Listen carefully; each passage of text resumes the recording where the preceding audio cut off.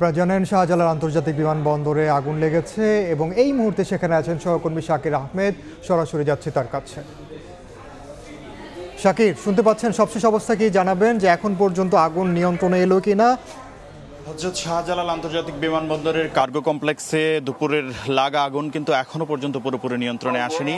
আমরা কিন্তু বারবার দেখতে পাচ্ছি যে আমরা ধারণা করছি যে হয়তো আগুনটি নিভে গিয়েছে, কিন্তু ঠিক তার কিছুক্ষণ পরেই আবার আরেকটি রুম থেকে আগুনের যে লেলিহান শিখা সেটি জানান দিচ্ছে যে আসলে এখনো পর্যন্ত অগ্নি নির্বাপনের যে পুরোপুরি সমাপ্ত হয়নি। অর্থাৎ আমরা কিন্তু থেমে থেমে বিভিন্ন রুম থেকে আগুনের লেলিহান শিখা দেখতে পাচ্ছি।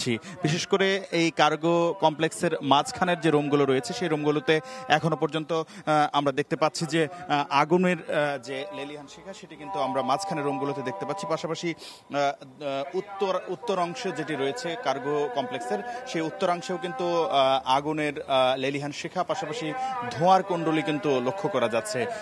যদি বলতে যাই যে এই কার্গো কমপ্লেক্স সহ বিমানবন্দরের অগ্নি নির্বাপন ব্যবস্থার যে ত্রুটি সেটি নিয়ে কিন্তু গণমাধ্যমে বেশ কয়েকবার রিপোর্টও হয়েছে।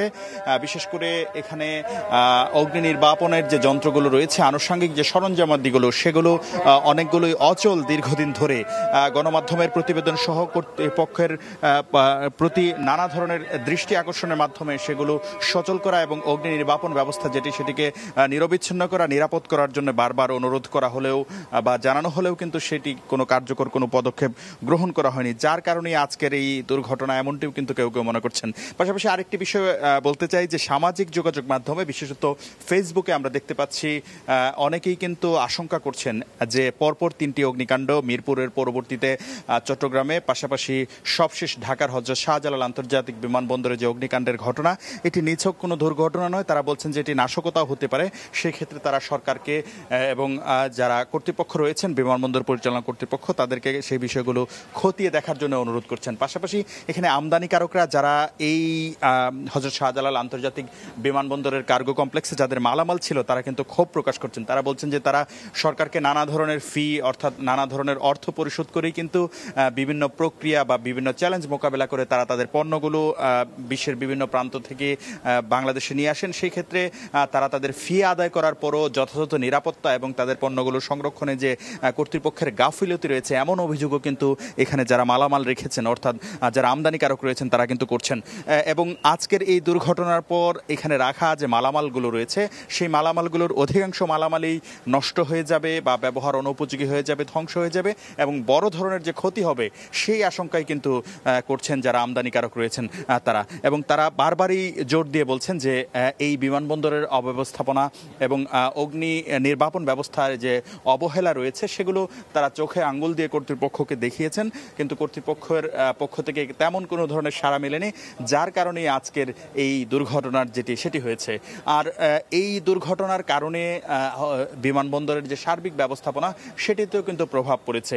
আমরা দেখতে পেয়েছি এই ঘটনাস্থলের পার্শ্ববর্তী যে বিমানগুলো রয়েছে সেগুলো নিরাপদ স্থানে সরিয়ে নেওয়া হলেও বিমানবন্দরের যে ওঠানামার কাজগুলো বিমানের সেই ওঠানামার জায়গাটিতে ব্যাঘাত ঘটেছে এবং এখন পর্যন্ত 9টি ফ্লাইট হযরত শাহজালাল আন্তর্জাতিক বিমানবন্দরে অবতরণের যেগুলো কথা ছিল সেগুলো হযরত শাহজালাল আন্তর্জাতিক বিমানবন্দরে অবতরণ না করে কিন্তু আমরা দেখতে পেয়েছি চট্টগ্রামের শাহ আমানত বিমানবন্দর এবং সিলেটের ওসমানী বিমানবন্দরে অবতরণ করা হয়েছে। পাশাপাশি যে ফ্লাইটগুলো বিভিন্ন গন্তব্যে বিশ্বের বিভিন্ন জায়গায় এই ঢাকার হযরত শাহজালাল আন্তর্জাতিক বিমানবন্দর থেকে ছেড়ে যাওয়ার কথা রয়েছে সেই বেশ কয়েকটি ফ্লাইটেও কিন্তু ডিলে হচ্ছে এবং সেটি বিলম্বে ছাড়বে এমন ঘোষণাও কিন্তু বিমানবন্দর কর্তৃপক্ষ পক্ষ থেকে দেওয়া হয়েছে। এখানে কথা বলছিলেন বেসামরিক বিমান পরিবহন ও পর্যটন মন্ত্রণালয়ের দায়িত্বে যে উপদেষ্টা রয়েছেন তিনি বলছিলেন তারা ঘটনা তদন্ত করবেন। পাশাপাশি তারা বলছেন যে এই এখন পর্যন্ত যেভাবে আসলে এই অগ্নি নির্বাপন ব্যবস্থায় তারা কাজ করছেন সেই ক্ষেত্রে তারা আশা করছেন কিছুক্ষণের মধ্যেই হয়তো যে বিমান চলাচলের যে ব্যবস্থাপনা সেটিকে তারা সেটির জন্য তারা উপযুক্ত করতে পারবেন বিমানবন্দরটিকে। পাশাপাশি তারা বলছেন যে এ ধরনের অগ্নিকাণ্ড যেন না ঘটে, পরবর্তীতে কি কি ব্যবস্থা নেওয়া যায় তদন্ত করে সেই ব্যবস্থাগুলো নেওয়া হবে এমন আশ্বাসও কিন্তু উপদেষ্টা দিয়েছেন। তো এখনো পর্যন্ত আমরা দেখতে পাচ্ছি থেমে থেমে যে আগুন সেটি কিন্তু জ্বলছেই। আমাদের সহকর্মীরাও কিন্তু বিভিন্ন অংশে বিমানবন্দরের তাদের যে তথ্যগুলো সংগ্রহ করছেন, খবরাখবর সংগ্রহ করছেন। আমরা একটু স্টুডিওতে যেতে চাই, চলে যাচ্ছি স্টুডিওতে। হযরত শাহজালাল আন্তর্জাতিক বিমানবন্দর থেকে সবশেষ খবর জানাচ্ছিলেন সহকর্মী শাকির আহমেদ।